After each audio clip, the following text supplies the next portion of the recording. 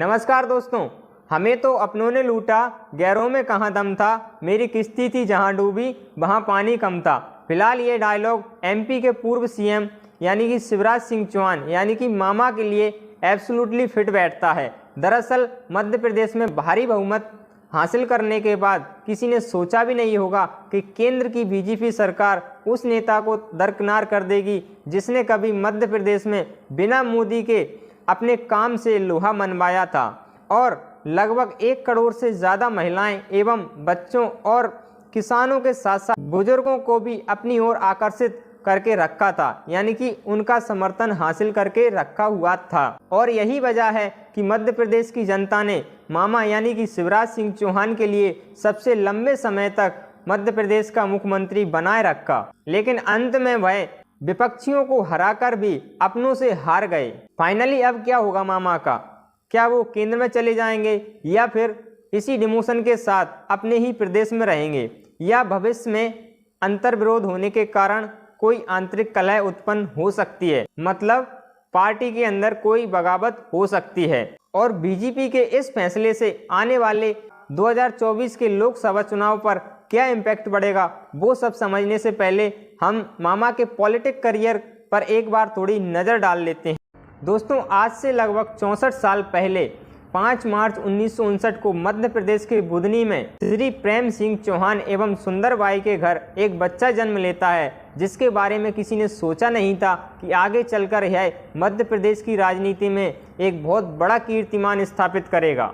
आगे चलकर शिवराज सिंह चौहान भोपाल के बरकत उल्ला विश्वविद्यालय से अपना ग्रेजुएशन कंप्लीट करते हैं और वहीं से छात्र संघ के अध्यक्ष बनकर अपने पॉलिटिक्स करियर की शुरुआत करते हैं। कहा जाता है कि शिवराज सिंह चौहान यानी कि मामा मात्र 11 वर्ष की उम्र से आरएसएस से जुड़ गए थे, जिसे हम राष्ट्रीय स्वयंसेवक संघ कहते हैं। और आगे चलकर इमरजेंसी के विरोध में शिवराज सिंह चौहान जेल भी गए, लेकिन बाहर आकर फिर से कई जन समस्याओं के लिए आंदोलन किया और उसी के चलते शिवराज सिंह चौहान कई बार जेल भी गए। सन 1990 में बुधनी विधानसभा सीट से शिवराज सिंह चौहान पहली बार विधायक बनकर विधानसभा पहुंचे।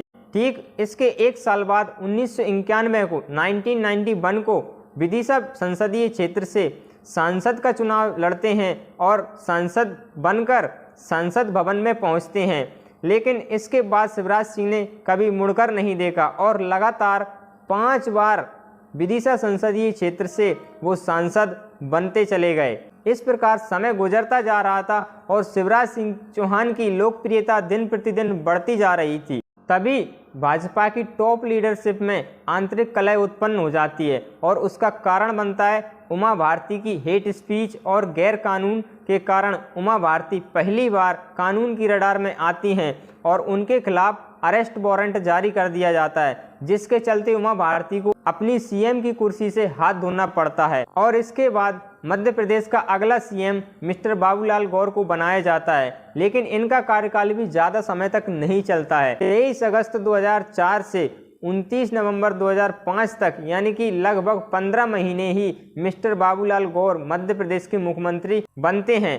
इसके बाद बाबूलाल गौर को भी अपनी सीएम की कुर्सी से हाथ धोना पड़ जाता है। फाइनली 29 नवंबर 2005 को एंट्री होती है शिवराज सिंह चौहान, तब के शिवराज सिंह चौहान यानी कि अभी के मामा की एंट्री होती है। इसके बाद मामा शिवराज सिंह चौहान की गाड़ी चल पड़ती है और लगातार 2008 एवं 2013 में मध्य प्रदेश का विधानसभा का चुनाव जीतकर मुख्यमंत्री बने रहते हैं। लेकिन फिर आता है साल 2018 और 19 का लोकसभा इलेक्शन। ठीक उसी से पहले विधानसभा का इलेक्शन होना था, लेकिन केंद्र सरकार ने क्या किया, मध्य प्रदेश के मुख्यमंत्री श्री शिवराज सिंह चौहान के लिए कुछ केंद्र सरकार ने जिम्मेदारियां सौंप दी, जिसके चलते मामा शिवराज सिंह चौहान को अपने गृह प्रदेश यानी कि मध्य प्रदेश से बाहर जाना पड़ा और दूसरे प्रदेशों में मध्य प्रदेश का मॉडल दिखाकर बीजेपी के लिए, केंद्र सरकार के लिए और नरेंद्र मोदी के लिए समर्थन जुटाना, तमाम प्रकार की रैलियां करना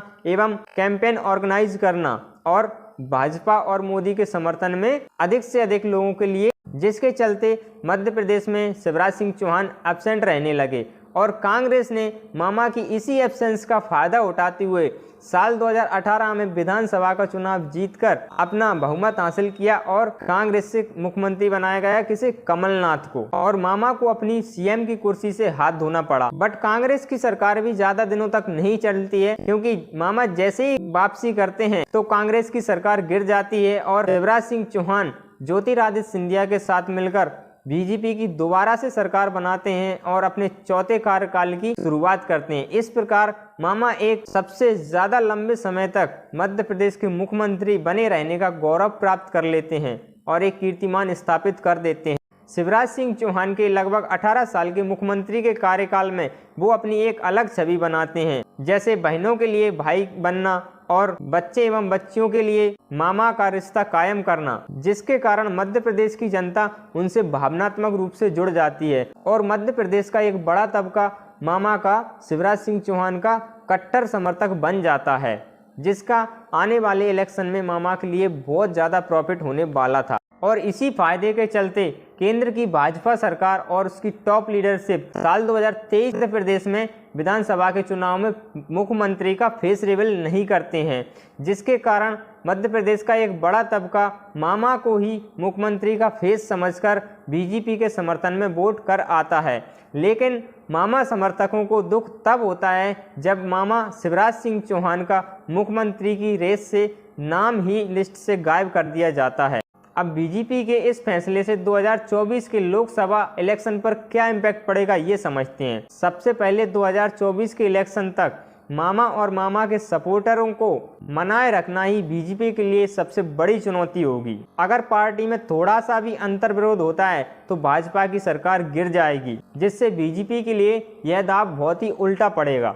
और मामा की जो सपोर्टर बहनें हैं, नए सीएम को उन्हें हमेशा के लिए रिझाना पड़ेगा, वरना मामा की सपोर्टर जो बहनें हैं वो नए सीएम के विरोध में चली जाती हैं तो भी बीजेपी के लिए एक खतरा बन सकता है, क्योंकि मध्य प्रदेश में महिला वोट बैंक को सादे रखना किसी भी पार्टी के लिए सबसे बड़ी उपलब्धि होगी। अब सबसे इंटरेस्टिंग सवाल ये है कि नए सीएम के बनने से इतनी सारी समस्याएं खड़ी हो सकती हैं, तब भी बीजेपी ने शिवराज सिंह चौहान यानी कि मामा को मुख्यमंत्री क्यों नहीं बनाया है। इस सवाल का जवाब आप कमेंट में दे सकते हो। और वीडियो अच्छी लगी हो तो प्लीज वीडियो को लाइक, शेयर एवं चैनल को जरूर सब्सक्राइब कर लेना। धन्यवाद।